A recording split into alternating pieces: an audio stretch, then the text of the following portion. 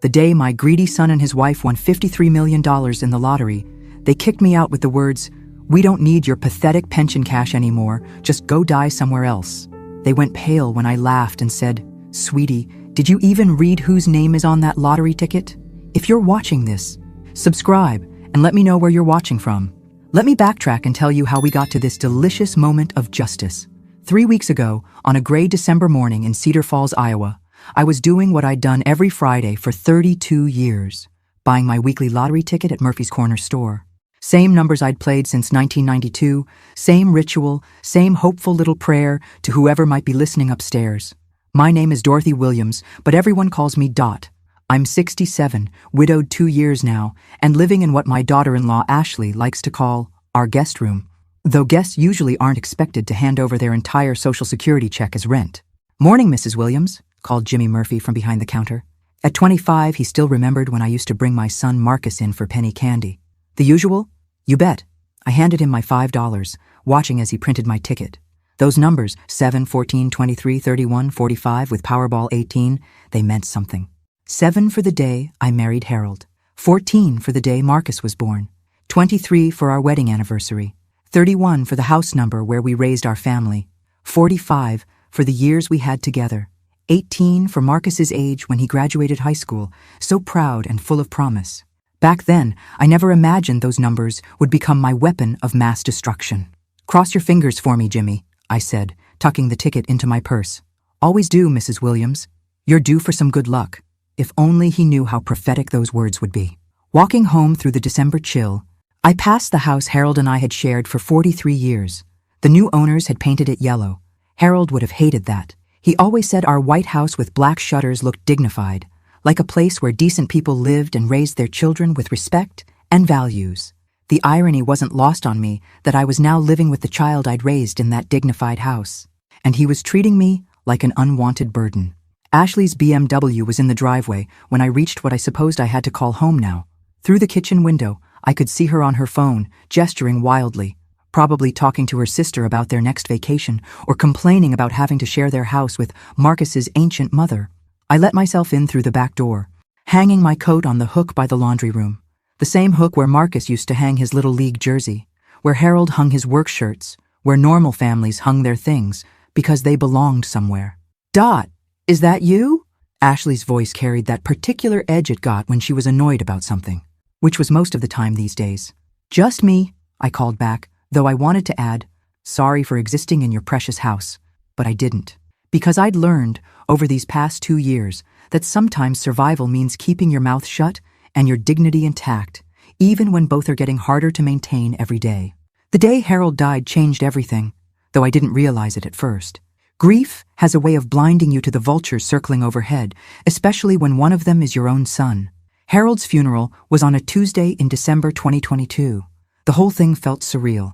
45 years of marriage reduced to a 90-minute service and a luncheon with store-bought sandwiches. Marcus gave a lovely eulogy about his father being a good provider and family man.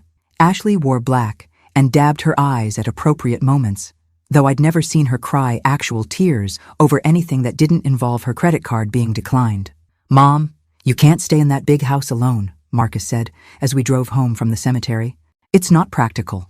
I was staring out the window at the frozen farmland, thinking about how Harold and I used to drive this same route when we were courting. He'd hold my hand and talk about the house we'd buy, the children we'd raise, the life we'd build together. Practical had never been part of those conversations. "I've been managing just fine for 65 years, I replied. "I think I can handle a few more." "But the upkeep, the lawn care, the snow removal," Ashley chimed in from the front seat. "At your age, Dot, those things become dangerous. What if you fall? What if something happens and no one finds you for days?" The concern in her voice sounded genuine. I almost believed it myself. "Besides," Marcus added, "we have plenty of room. The guest bedroom hardly gets used, and you could help with the grandkids when they visit." Help with the grandkids. That should have been my first clue. Marcus and Ashley's house was a sprawling colonial in the newer part of town, complete with a 3-car garage and a kitchen island bigger than my first apartment.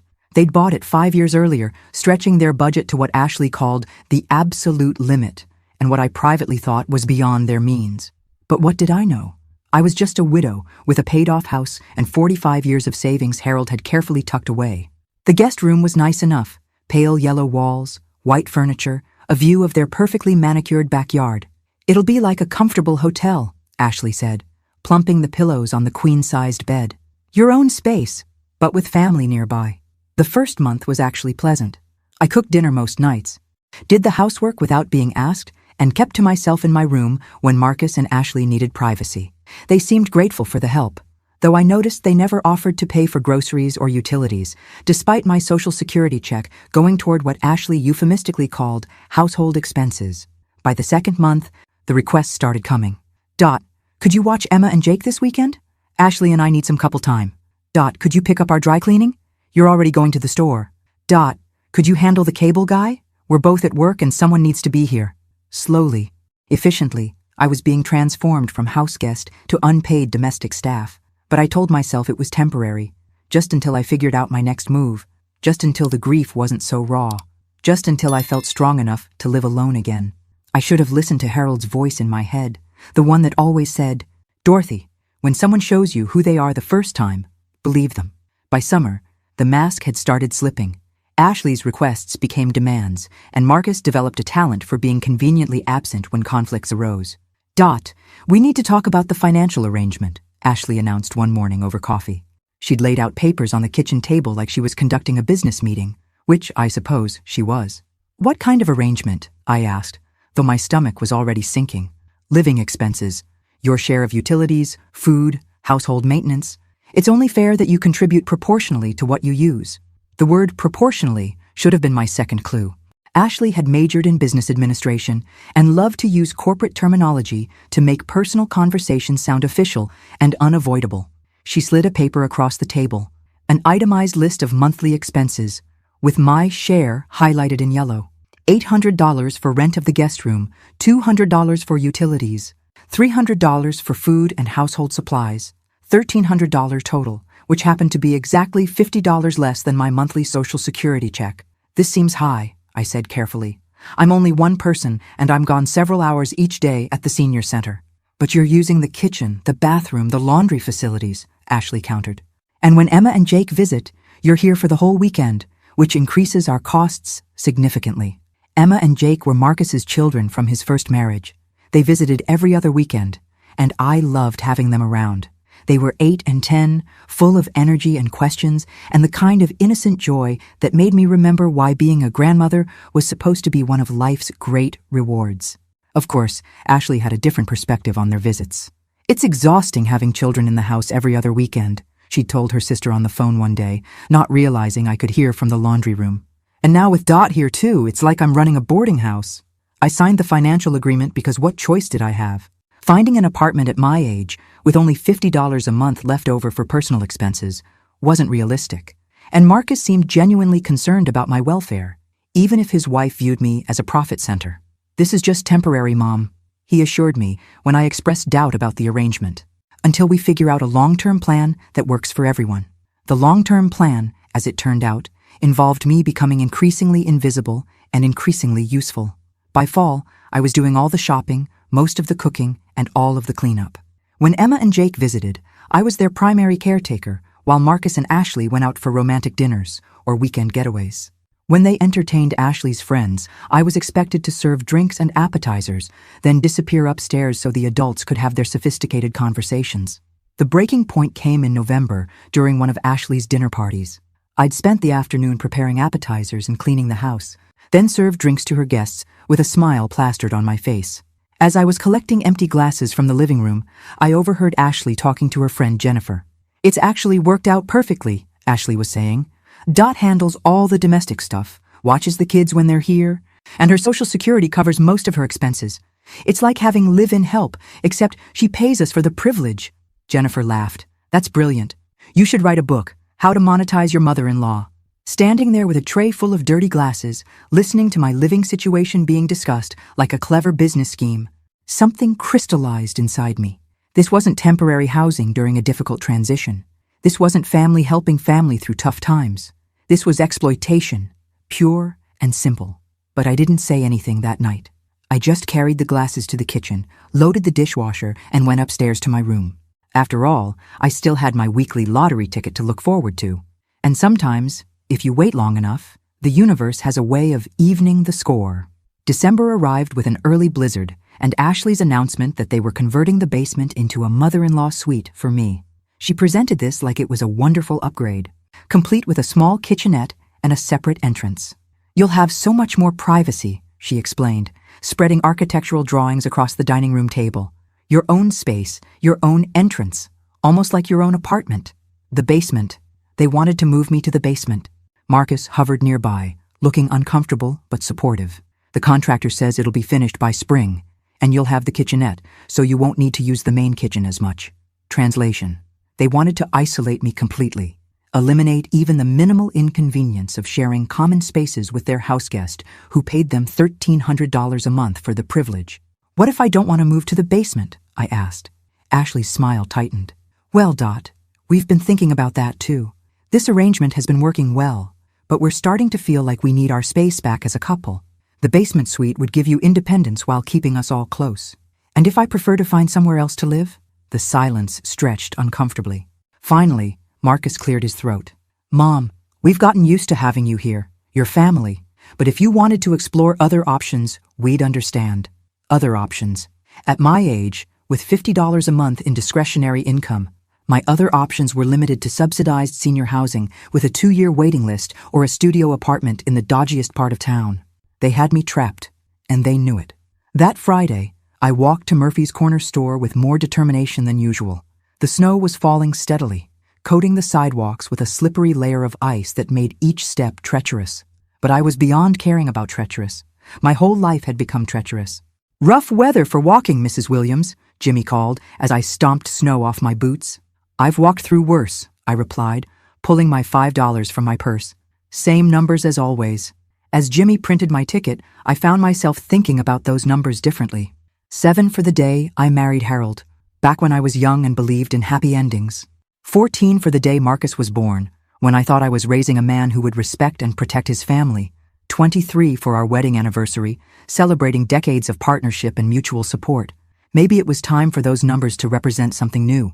I tucked the ticket into my wallet, right behind Harold's old driver's license that I couldn't bring myself to throw away. "Cross your fingers for me, Jimmy," I said, same as always. "Always do, Mrs. Williams. This could be your week." Walking home through the snow, I passed a group of teenagers sledding down the hill behind the elementary school. Their laughter echoed across the frozen landscape, pure joy without any undercurrent of calculation or manipulation. I remembered Marcus at that age, how he'd spend hours building snow forts and refuse to come inside even when his clothes were soaked through and his lips were blue with cold. Where had that boy gone? When had he become someone who could look his mother in the eye and explain why moving her to the basement was really for her own good? Back at the house, Ashley was in the kitchen, on the phone with the contractor. "Yes, we need the cheapest options for everything," she was saying. "It doesn't need to be fancy. It's just for one elderly person. Just for one elderly person. That's what I'd become in my son's house. Not Dorothy Williams, who'd raised 2 children and buried 1 husband and survived 67 years of joys and sorrows and everything in between. Just one elderly person, to be managed as efficiently and inexpensively as possible." I went upstairs to my room, while I still had an upstairs room, and sat by the window, watching the snow fall. In my purse, my lottery ticket waited patiently, carrying those familiar numbers that had never let me down, even when everyone else had. Sometimes the universe takes its time preparing justice. But when it arrives completely. The winning numbers were announced Friday night at 10:59 p.m. on Channel 7. I was in bed, reading a library book about a woman who inherited a mysterious house when the lottery segment came on during the late news. Tonight's Powerball jackpot was $53 million, the perky blonde anchor announced. The winning numbers are 7, 14, 23, 31, 45, and Powerball 18. For a moment, my brain refused to process what I'd heard. Those were my numbers. My exact numbers. The ones I'd been playing faithfully for 32 years. I fumbled for the remote, rewinding the DVR to hear the announcement again. 7, 14, 23, 31, 45, and Powerball 18.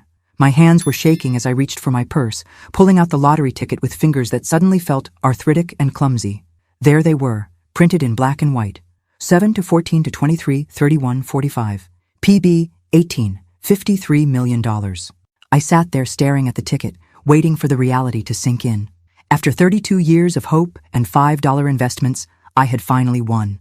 Not just won, I had won big. My first instinct was to run downstairs and tell Marcus and Ashley, share the incredible news with family, celebrate this life-changing moment together. Then I remembered where I was sitting, and why, and how I'd gotten there. In their house, paying them $1,300 a month rent while serving as unpaid domestic help and child care, scheduled to be moved to the basement in the spring, because my presence in their lives had become inconvenient. Maybe I should keep this information to myself for a little while, just until I figured out what winning $53 million meant for my future. I slipped the ticket back into my wallet and turned off the TV. Sleep was impossible, but I lay in the dark for hours thinking. By dawn, I had the beginnings of a plan. Saturday morning arrived with typical chaos. Emma and Jake were visiting for the weekend, which meant Ashley would disappear to get her nails done, while I supervised breakfast, entertainment, and general child management. "Morning, Dot," Ashley said, already dressed in her workout clothes. "I'm heading to yoga." Then the salon. "Can you handle the kids?" "Of course," I replied, same as always. Marcus was in his office, catching up on work emails before his golf game. The children were in the living room, still in their pajamas, arguing about what to watch on TV. It was during this perfectly ordinary Saturday morning chaos that Ashley decided to tidy up the kitchen, which included emptying my purse to look for the grocery store coupons I'd clipped earlier in the week. "Dot, where did you put those cereal coupons?" she called, rifling through my belongings. "They should be in the side pocket," I called back, focused on mediating the TV remote dispute between Emma and Jake. "Found them! And oh my goodness, what is this?" Something in Ashley's voice made me look up. She was standing by the kitchen counter, holding my lottery ticket, her face pale with shock. Did you buy a lottery ticket?" My stomach dropped, but I kept my expression neutral. "I buy one every week." "Same numbers for 32 years. Ashley was staring at the ticket like it was radioactive. "Dot, do you know what the winning numbers were last night?" Before I could answer, she was grabbing her phone, frantically Googling. Oh my God, Marcus!" Her shriek brought Marcus running from his office. Golf shirt half-buttoned, hair still messy from sleep. "What's wrong? Is someone hurt?" "The lottery ticket." Ashley thrust the ticket at him with trembling hands. "Look at the numbers. Look at last night's drawing." Marcus took the ticket, frowning as he read the numbers. His frown deepened as Ashley showed him her phone screen with the winning combination. The silence in the kitchen stretched like taffy, broken only by Emma asking if anyone was going to make pancakes. Finally, Marcus looked up at me, his expression unreadable. "Mom, do you realize what this means?" I realized exactly what it meant. The only question was whether they did. The next hour was pure chaos, and I watched it all unfold from my seat at the kitchen table like I was viewing someone else's life through a window. Ashley was pacing the kitchen, phone pressed to her ear, talking to what sounded like every person in her contact list. 53 million. Yes, million. We won the lottery. We won. That was interesting. Marcus had taken the ticket from Ashley and was examining it like a forensic expert, comparing the numbers on his phone screen over and over. "This is real," he kept muttering. "This is actually real." Emma and Jake, sensing something momentous was happening, had abandoned their TV dispute and were standing in the kitchen doorway, eyes wide with confusion and excitement. "Are we rich now?" Emma asked. "We're very rich, sweetheart," Ashley said, scooping her up for a spin around the kitchen. "We'll never have to worry about money again." I found myself thinking about Harold, wondering what he would make of this scene. Probably something wry about chickens counting themselves before they hatched. Harold had always been cautious about assuming outcomes before understanding all the variables. "Mom," Marcus said, still clutching the ticket, "we need to call a lawyer, and a financial advisor, and probably an accountant. There are taxes to consider, and claiming procedures, and we should probably call that contractor and upgrade the basement plans," Ashley interrupted. "I mean, if we're millionaires, we don't need to go with the cheapest options anymore." The basement again. Even in the midst of what they thought was life-changing good fortune, they were still planning to move me to the basement. "Actually," Ashley continued, her voice taking on that particular tone she used when she was working through a problem, "we should probably think bigger than the basement. I mean, with this kind of money, we could buy a bigger house, something with a proper mother-in-law wing, or," her voice brightened, "we could look into one of those nice senior communities for Dot, the expensive ones where they have activities and medical care and everything." Ah, there it was. The money was going to buy them a more elegant way to get rid of me. Marcus nodded enthusiastically. "That's a great idea. Mom, you'd probably be happier with people your own age, right? And we could afford one of the really nice places now." I watched my son and daughter-in-law make plans for my future, using money they assumed belonged to them to solve a problem they'd created by treating me like an inconvenience. The irony was so perfect, it almost made me laugh. "There's just one small detail we should probably address," I said quietly. Both of them turned to look at me, expressions expectant and slightly impatient, like parents listening to a child who was interrupting adult conversation. "The lottery ticket," I continued calmly, "is in my name." The silence that followed was different from before. This wasn't the shocked silence of unexpected good news. This was the horrified silence of people realizing they'd made a terrible assumption. "What do you mean?" Ashley asked slowly. I held out my hand, and after a moment's hesitation, Marcus placed the ticket in my palm. "I mean," I said, looking down at the familiar numbers that had just transformed from hope into power, "that I bought this ticket with my money, from my purse, using the numbers I've played for 32 years. Which makes it mine." Ashley's face went through several fascinating color changes. But you live here.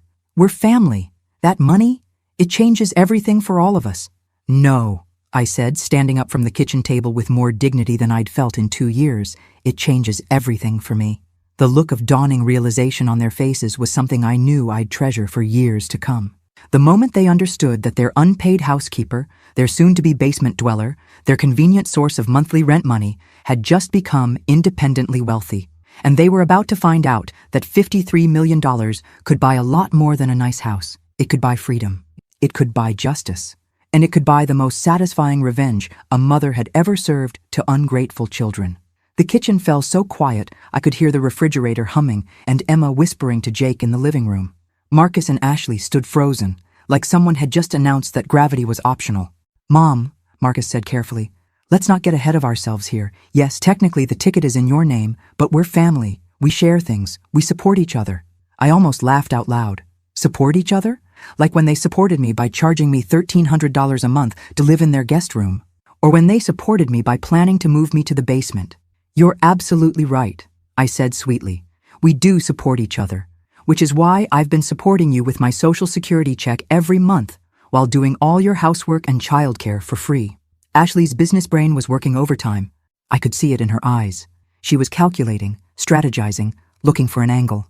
"Honey," she said, using the voice she reserved for her most important clients, "I think there's been a misunderstanding about our living arrangement. The monthly contribution you make, that's not rent. That's just your share of household expenses. We've never thought of you as a tenant." "Is that so?" I tucked the lottery ticket back into my wallet with deliberate care. "Then I suppose you won't mind if I stop contributing to household expenses immediately, since I'm family, not a tenant." Marcus stepped forward, hands raised like he was dealing with a potentially dangerous animal. "Mom, let's all take a breath here. This is huge news, life-changing news. We need to think through the implications carefully." "Oh, I've been thinking," I said, "for about 8 hours now, since I saw those numbers last night, and I've come to some interesting conclusions." Ashley's fake smile was starting to crack around the edges.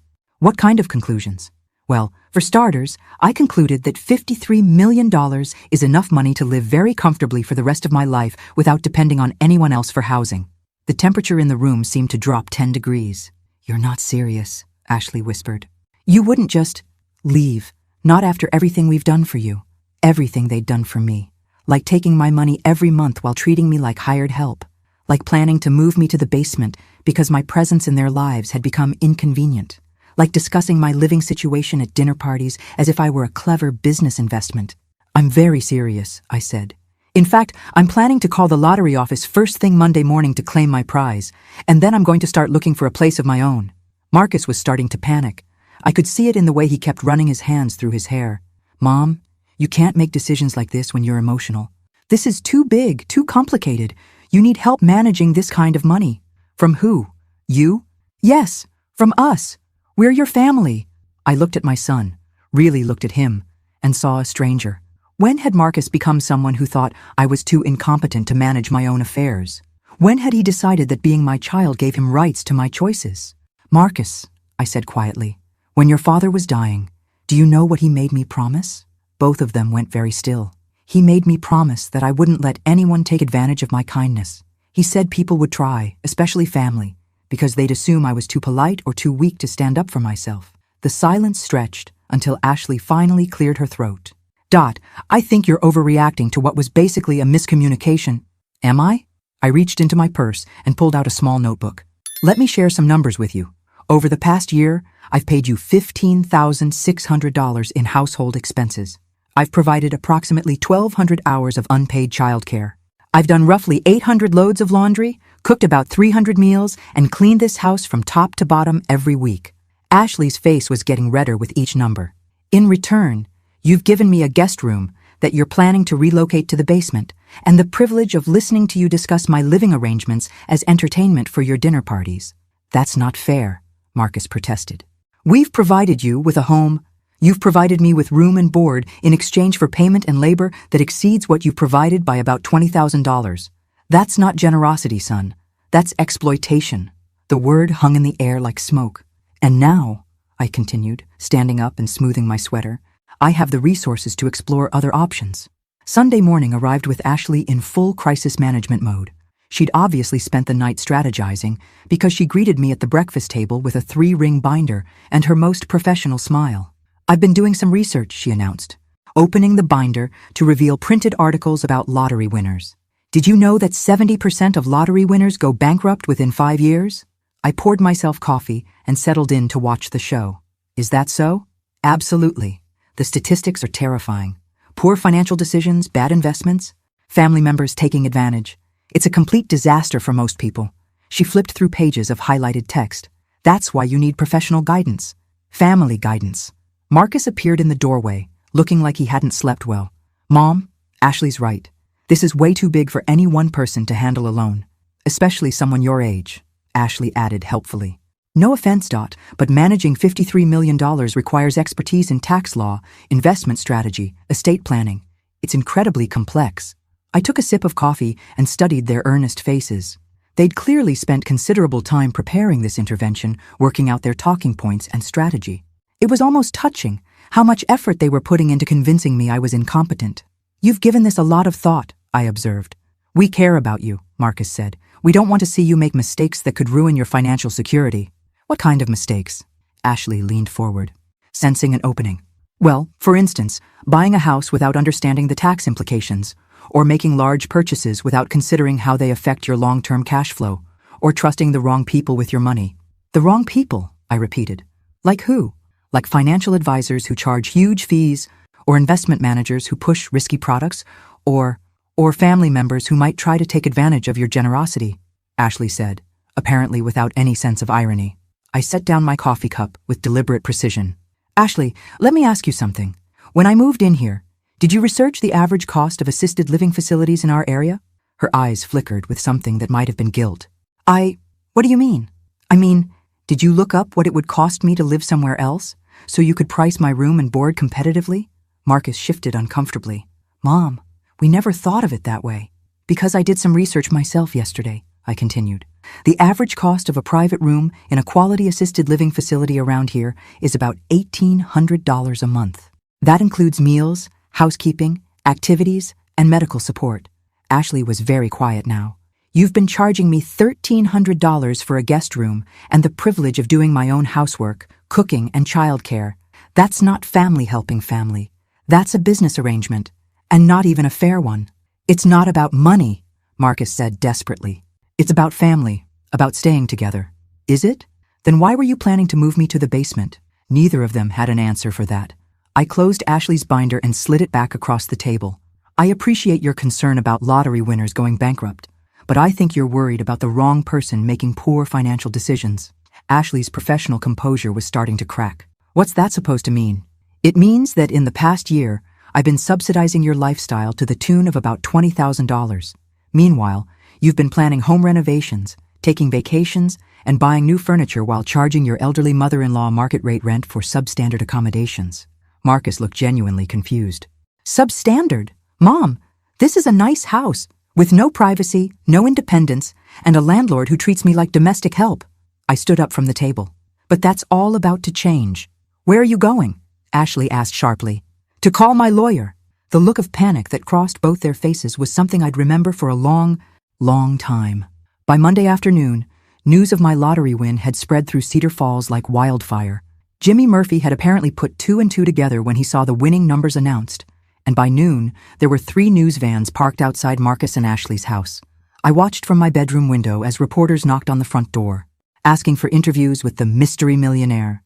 Ashley had taken to answering the door with her hair perfectly styled and her brightest smile, clearly hoping to be featured in the coverage. "Mrs. Williams is resting and not available for comment right now," she told the Channel 7 reporter. "But as her family, we're just so excited for this blessing in all our lives." All our lives. That phrase was becoming Ashley's favorite. My phone had been ringing constantly since 10 a.m. Old friends from church, former co-workers from the insurance office where I'd worked before retirement, even my cousin Patricia from Minnesota. Everyone wanted to congratulate me, share in my excitement, and inevitably ask what I was planning to do with the money. What I was planning to do was meet with David Richardson, the lawyer Harold and I had used for our wills and estate planning. David was expecting me at 2 o'clock, and I was looking forward to the conversation. "Dot, you can't leave the house right now," Ashley said, intercepting me as I headed for the front door with my purse and car keys. "There are reporters everywhere. They'll mob you." "I have an appointment," I replied calmly. "Can't it wait? At least until the media attention dies down?" Marcus appeared beside his wife, both of them blocking my path like concerned bodyguards. "No, it can't wait." "Mom, be reasonable. You're not equipped to handle this kind of media circus. Let us help you navigate this." Navigate. Another one of Ashley's corporate terms. "I've been navigating my own life for 67 years, I said. "I think I can manage a walk to my car." But when I opened the front door, I understood their concern. There were indeed reporters crowding the front yard, cameras and microphones at the ready.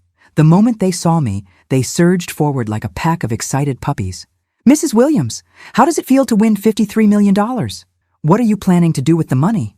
Is it true you've been playing the same numbers for over 30 years? I paused on the front step, looking out at the sea of expectant faces. Behind me, I could feel Marcus and Ashley hovering, probably hoping I'd retreat back into the house where they could continue their campaign to manage my newfound fortune. Instead, I straightened my shoulders and walked down the front steps with as much dignity as I could muster. "I'm very grateful for this blessing," I told the reporters, stopping beside my car. "As for what I'm planning to do with the money, I'm going to use it to live independently and make my own choices for the first time in 2 years." "What do you mean by that, Mrs. Williams?" I looked back at the house where Marcus and Ashley stood framed in the doorway, and something settled into place inside me. Something that felt like clarity and strength and long overdue honesty. I mean that sometimes in life, you discover that the people you trust most have been taking advantage of your kindness. And sometimes, the universe gives you the resources to do something about it. The reporters sensed a story brewing, pressing closer with their microphones. "Can you elaborate on that?" "I've been living with my son and daughter-in-law for the past 2 years, paying them $1,300 a month in rent while providing unpaid domestic and childcare services. They were planning to move me to their basement because my presence in their main living space had become inconvenient." I could hear Ashley's sharp intake of breath from the doorway. "But now that I have the means to live independently, I'll be finding my own place. Somewhere I can be a guest when I visit my son, rather than a paying tenant in his home." "Are you saying your own family was taking advantage of you financially?" I looked directly into the nearest camera, thinking about all the other elderly people who might be watching, people who might be in similar situations with their own families. "I'm saying that family should be about love and respect, not business arrangements. And I'm saying that it's never too late to stand up for yourself, no matter what your age." The questions came faster after that, but I'd said what I needed to say. I got into my car and drove away, leaving Marcus and Ashley to deal with the media circus I'd just created. In my rearview mirror, I could see Ashley frantically trying to manage the situation, probably spinning some story about misunderstandings and family dynamics. But the truth was already out there, being broadcast across 3 counties, and I was just getting started. David Richardson's law office was a welcome refuge from the media chaos. At 75, David had the kind of calm, methodical approach that came from 40 years of helping people navigate life's complications. "Dorothy," he said, rising from behind his desk with a warm smile. "Congratulations. Harold would be so proud." "Thank you." I settled into the familiar leather chair where Harold and I had sat so many times, discussing wills and insurance policies and all the practical details of a shared life. "I saw the news coverage," David continued, his expression growing serious. "Quite a statement you made to those reporters. Was it too much?" "Not at all. Sometimes the truth needs to be spoken plainly." He opened a file folder and pulled out a yellow legal pad. "Now, let's talk about protecting your interests. Have you claimed the prize yet?" "I'm planning to drive to Des Moines tomorrow to meet with the lottery officials." "Good. I'd recommend taking the annuity rather than the lump sum, for tax purposes. And we'll need to set up some trusts, maybe a charitable foundation if you're interested in philanthropy. We spent the next hour discussing financial strategies, tax implications, and estate planning. David explained everything in terms I could understand, never once suggesting that the decisions were too complex for me to comprehend. It was while we were discussing living arrangements that David dropped his own bombshell. "Dorothy, there's something I need to tell you. Something Harold made me promise to keep confidential unless specific circumstances arose." My stomach tightened. "What kind of circumstances? If your family ever tried to take advantage of you financially?" David opened another file, this one thick with documents. "Harold was more aware of Marcus and Ashley's situation than you realized." "What do you mean?" "He knew they were living beyond their means. He also suspected they were already planning to have you move in with them after his death. Not out of love, but out of financial necessity." The room seemed to tilt sideways. "Harold knew. He hired a private investigator to look into their finances about 6 months before he died. He was worried about what would happen to you." David pulled out a folder of documents. "Marcus and Ashley are in significant debt. Dorothy, credit cards, car loans, their mortgage is underwater. They've been living on borrowed money for years." I stared at the papers, seeing columns of numbers that painted a picture of financial recklessness and desperation. "Harold wanted you to have this information if you ever needed it to protect yourself," David continued. "He also wanted you to know about the insurance policy." "What insurance policy?" David smiled sadly. "The one he took out specifically to ensure you'd have resources if Marcus and Ashley became a problem. $500,000 paid directly to a trust account in your name. It's been sitting there earning interest for 2 years, waiting for you to need it. $500,000. Harold had been protecting me from beyond the grave. He knew," I whispered. "He knew this would happen. He loved you enough to prepare for it." David closed the file gently. "The question now is what you want to do with this information." I thought about Marcus, standing in the doorway that morning, blocking my path while insisting he only wanted to help me. I thought about Ashley, with her binders full of statistics about lottery winners going bankrupt, positioning herself as my savior while she'd been bleeding me dry for 2 years. I thought about Harold, who'd spent his final months not just fighting cancer, but fighting to protect me from our own son. "David," I said finally, "I want to have a family meeting. Tonight. I want Marcus and Ashley to understand exactly what their financial situation looks like and exactly how much their mother-in-law knows about it." "Are you sure?" "Once you reveal this information, there's no going back."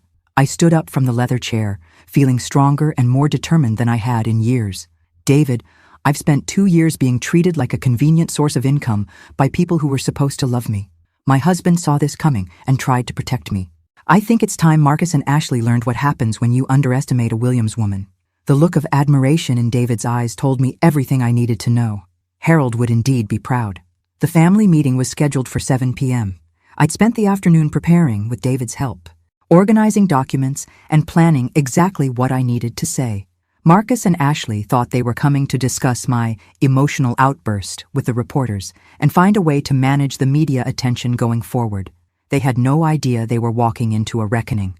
Ashley arrived first, armed with printed articles about lottery winners who'd been swindled by family members and a laptop full of spreadsheets showing how they could properly manage my windfall.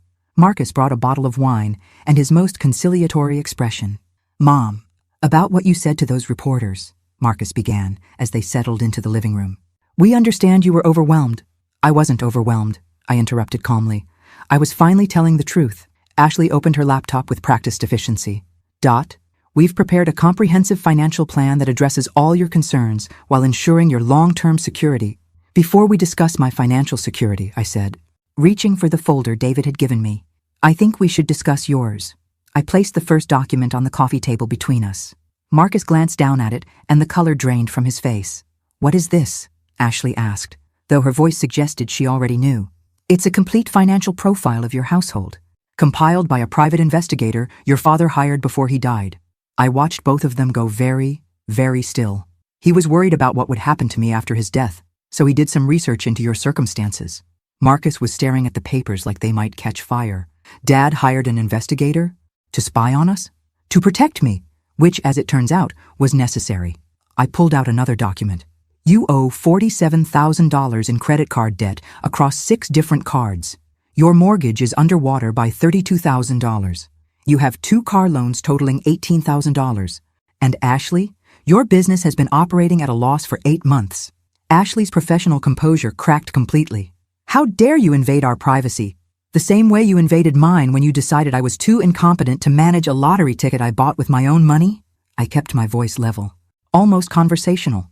For 2 years, you've been using my Social Security payments to service your debt while positioning me as a grateful dependent who should be thankful for your generosity. Marcus found his voice. Mom, everyone has financial challenges. Not everyone charges their widowed mother $1,300 a month to live as unpaid domestic help while planning to move her to the basement. I placed another document on the table. This is a breakdown of what my living situation has actually cost me versus what it would cost to live independently. You've been overcharging me by about $600 a month while extracting approximately $1,500 worth of unpaid labor. The silence that followed was profound. That's over $25,000 a year you've been taking from me, I continued. $50,000 over 2 years. From your own mother, while you were planning to isolate me further by moving me to your basement. Ashley was crying now, but I noticed they were the kind of tears people cry when they're caught, not when they're sorry. We never meant for it to be like that, Marcus said desperately. We needed help, and you were family, and you thought I was too old and too grateful to figure out what you were doing. I stood up, feeling lighter than I had in months. But your father knew. He saw through both of you, and he made sure I'd have the resources to protect myself when I finally realized what was happening. I placed the final document on the table. This is notification of a trust fund Harold established for me 2 years ago. $500,000, earning interest, waiting for me to need it. He also left instructions with David Richardson to monitor your financial situation and intervene if necessary. Marcus was shaking his head like he could make the truth disappear. I don't understand. Dad never said anything, because he hoped he was wrong about you. He hoped that when the time came, you'd treat me with the love and respect he'd taught you to show family. I picked up my purse and headed for the door. Instead, you treated me like a business opportunity. Where are you going? Ashley called after me. To start my new life. I've put a deposit on a beautiful apartment at Meadowbrook Senior Community. 2 bedrooms, full kitchen, my own car space, and a monthly fee that's less than what I was paying to be your tenant. I paused at the front door, looking back at the 2 people who'd taken advantage of my grief and loneliness for their own financial gain. Oh, and one more thing. Since you'll no longer have my income to help with your expenses, you might want to start planning how you'll manage that $47,000 in credit card debt. I hear financial stress can be very challenging for families. As I walked out to my car, I could hear Ashley crying and Marcus trying to calm her down. But their crisis was no longer my problem. I had $53 million, a dead husband who'd loved me enough to protect me from beyond the grave, and the rest of my life to live on my own terms. Harold always said that justice delayed wasn't justice denied, just justice with better timing. Turned out he was right about that too.